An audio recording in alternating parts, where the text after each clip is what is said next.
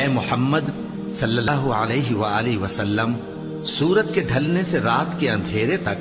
ظہر، عصر، مغرب، عشاء کی نمازیں اور صبح کو قرآن پڑھا کرو، کیونکہ صبح کے وقت قرآن کا پڑھنا فرشتوں کی حاضری کا موقع ہوتا ہے۔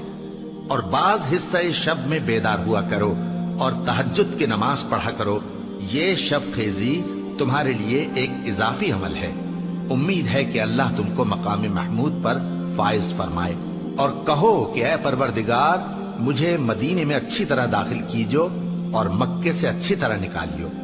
اور اپنے ہاں سے زور و قوت کو میرا مددگار بنائیو، اور کہہ دو کہ حق آ گیا اور باطل نابود ہو گیا،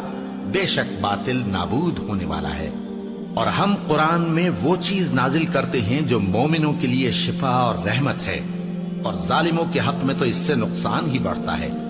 اور جب ہم انسان کو نعمت بخشتے ہیں تو روح گرداں ہو جاتا ہے اور پہلو پھیر لیتا ہے، اور جب اسے سختی پہنچتی ہے تو نا امید ہو جاتا ہے۔ کہہ دو کہ ہر شخص اپنے طریق کے مطابق عمل کرتا ہے، سو تمہارا پروردگار اس شخص سے خوب واقف ہے جو سب سے زیادہ سیدھے رستے پر ہے۔ اور تم سے روح کے بارے میں سوال کرتے ہیں، کہہ دو کہ وہ میرے پروردگار کا ایک حکم ہے،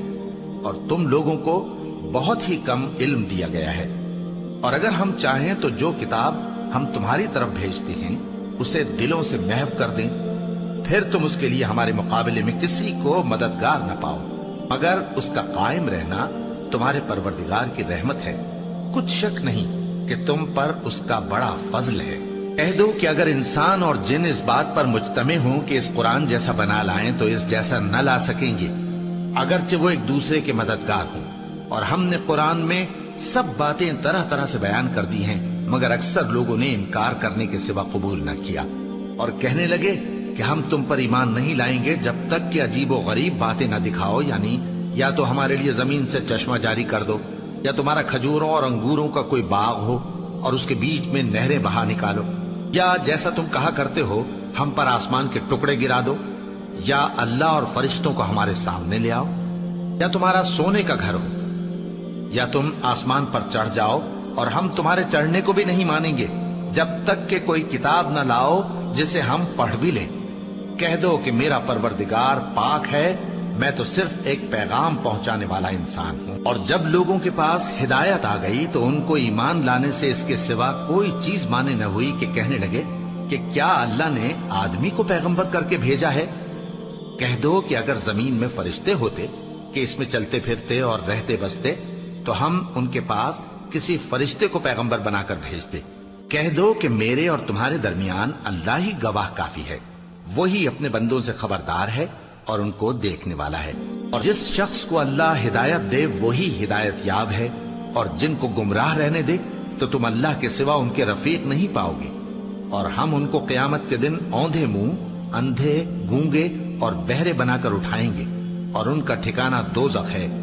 جب اس کی آگ بجھنے کو ہوگی تو ہم ان کو عذاب دینے کے لیے اسے اور بھڑکا دیں گے۔ یہ ان کی سزا ہے، اس لیے کہ وہ ہماری آیتوں سے کفر کرتے تھے اور کہتے تھے کہ جب ہم مر کر بوسیدہ ہڈیاں اور ریزہ ریزہ ہو جائیں گے تو کیا اثر نو پیدا کیے جائیں گے؟ کیا انہوں نے نہیں دیکھا کہ اللہ جس نے آسمانوں اور زمین کو پیدا کیا ہے اس بات پر قادر ہے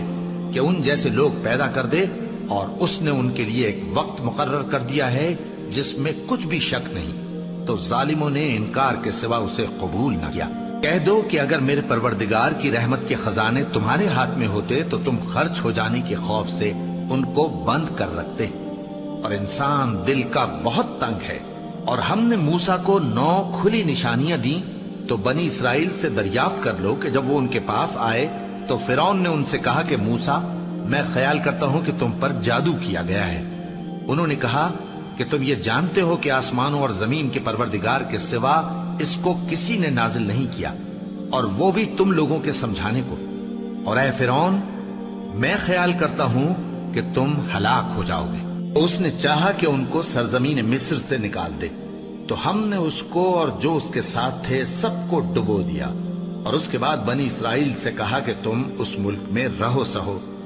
پھر جب آخرت کا وعدہ آ جائے گا تو ہم تم سب کو جمع کر کے لے آئیں گے۔ اور ہم نے اس قرآن کو سچائی کے ساتھ نازل کیا ہے اور وہ سچائی کے ساتھ نازل ہوا۔ اور اے محمد صلی اللہ علیہ وآلہ وسلم، ہم نے تم کو صرف خوشخبری دینے والا اور ڈر سنانے والا بنا کر بھیجا ہے،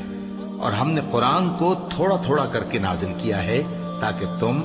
لوگوں کو ٹھہر ٹھہر کر پڑھ کر سناؤ، اور ہم نے اس کو آہستہ آہستہ اتارا ہے۔ کہہ دو کہ تم اس پر ایمان لاؤ یا نہ لاؤ، یہ فی نفس ہی حق ہے۔ جن لوگوں کو اس سے پہلے علم کتاب دیا گیا ہے، جب وہ ان کو پڑھ کر سنایا جاتا ہے تو وہ ٹھوڑیوں کے بل سجدے میں گر پڑتے ہیں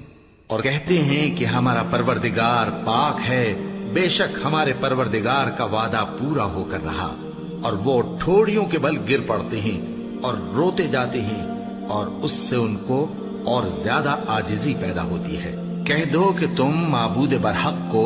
اللہ کے نام سے پکارو یا رحمان کے نام سے، جس نام سے پکارو اس کے سب نام اچھے ہیں، اور نماز نہ بلند آواز سے پڑھو اور نہ آہستہ، بلکہ اس کے بیچ کا طریقہ اختیار کرو، اور کہو کہ سب تعریف اللہ ہی کو ہے، جس نے نہ تو کسی کو بیٹا بنایا ہے اور نہ اس کی بادشاہی میں کوئی شریک ہے، اور نہ اس وجہ سے کہ وہ عاجز و ناتواں ہے کوئی اس کا مددگار ہے، اور اس کو بڑا جان کر اس کی بڑائی کرتے رہو۔